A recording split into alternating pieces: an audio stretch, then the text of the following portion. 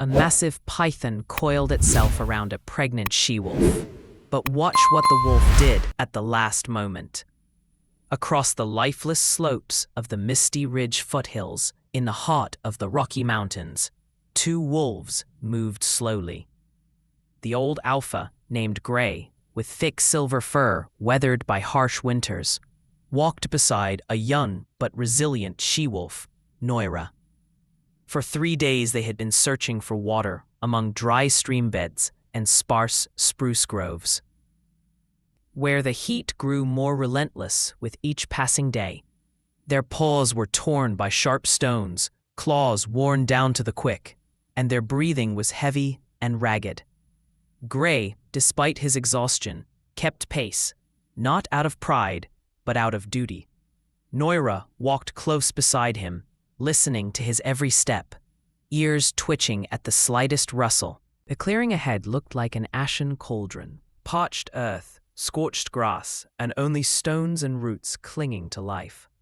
It seemed as if nature itself had turned its back on this place. The wind carried the scent of pine dust and snake skin. The sun blazed down with merciless precision, casting sharp, jagged shadows. They turned into a ravine where once a full river flowed in spring. There, beneath an overhanging slope, among the roots of an old pine, a thin silvery ribbon hid a dripping spring. Like two ghosts, they slid toward it and began to drink. Gray drank quickly, warily, scanning the horizon between gulps. Noira, on the other hand, lowered herself onto her front legs, pressed her muzzle into the coolness, and closed her eyes in bliss. But as soon as the first wave of relief passed, something heavy settled in the air. Not a sound, more like intuition, a predatory vibration in the earth, a sense of looming danger. Gray lifted his head, his ears twitched, nostrils flared. From a crevice between boulders, a shadow slithered out. First came a broad, smooth, scaly head, with eyes dull as flint. Then slowly and heavily followed a long body. A rattlesnake, massive, over 3 meters long. The sun glinted off its scales, which shimmered between gold and ash. Even such ancient creatures were forced to emerge from their dens in this desiccated valley, losing caution in the struggle to survive. Noira noticed the movement first. She stood up, growled softly, and moved forward. Her eyes glowed not with fear, but curiosity. Too young, too bold. She stepped closer, and her nose touched the cold, scaly skin of the enemy. The snake froze, then suddenly raised its head, tongue flicking through the air. In an instant, Noira reacted. She bit the snake's neck and tried to pull it away. But the strength was not in her favor. The snake whipped up, its body coiling around her with terrifying speed, like a rope. Gray lunged forward, but his steps were halted by instinct. He couldn't attack without risking strangling his companion. He bit at her scruff, trying to pull her out of the deadly grip. But it was in vain. Noira's cry echoed through the ravine, piercing, full of pain and desperation. Her eyes rolled back, paws twitched in spasms, her fur matted with sweat and blood. Gray circled around, roaring, howling, his eyes filled with rage and fear. But he was powerless.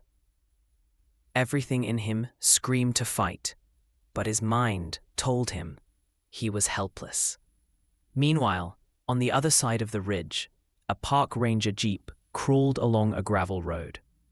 Inside sat 2 men, Andy Keller, an experienced ranger with 20 years of service, and his young partner, Thomas Brody, a former veteran who had recently joined the force. They were patrolling the park's border, where reports of snake attacks on deer and coyotes had become more frequent in recent weeks.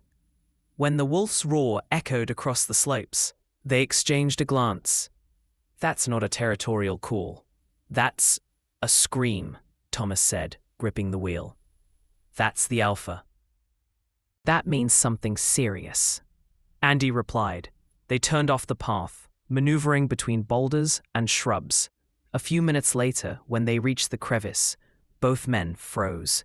The scene before them looked almost mythic. A massive rattlesnake had coiled itself around the drooling body of the she-wolf. The alpha was circling, torn between instinct and fear. "We don't have time," Andy said sharply. He grabbed a folding hook. Thomas picked up a thick, dry branch. They began approaching, speaking loudly to draw the snake's attention. It froze, sensing the threat, and turned its head toward the men. Gray backed away, realizing help had arrived. Thomas struck the snake across the body, while Andy hooked it closer to the neck and yanked hard. The snake writhed and twisted, but the instinct to survive gave Noira a chance. The grip began to loosen.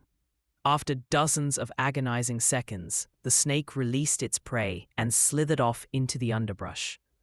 Noira collapsed to the ground, her eyes half closed, her breathing faint. Andy and Thomas rushed to her side. "She's alive, but unconscious. We need to help her, now," Andy said. Already pulling out a syringe, he injected the medication. Thomas held the she-wolf, checking her breathing and trying to stop the bleeding. They said nothing. Each man knew these moments meant everything. 5 minutes passed, then 10. Gray stood just 2 steps away the entire time, tense, as if ready to die if she didn't wake up. Suddenly, Noira trembled. Then her paw twitched. Then, her eyes. She let out a quiet, almost childlike rasp and slowly turned her head. Andy and Thomas let out a breath of solace. They stood and stepped back. Gray came over and gently touched his muzzle to Noira's cheek. She slowly sat up. Gray licked her, and both wolves, saying nothing, simply remained side by side. "For moments like this, it's all worth it," Andy said quietly. An hour later, they were gone. The wolves vanished into the twilight of the spruce forest, but their tracks remained. Deep, ragged, yet unbroken. In the Rockies, life doesn't forgive mistakes, but sometimes just comes back. It gives you a second chance, and those who survive such moments are never the same again. In the ranger's report for that day, there was a simple note: wolf pair rescued. Possible snake attack. Intervention required. Alpha, a clear example of strength and patience. She-wolf, a fighter to the end. Dear viewers, what do you think about this story? Please share your thoughts in the comments. And if you enjoyed this video, give it a like and subscribe to our channel. See you next time.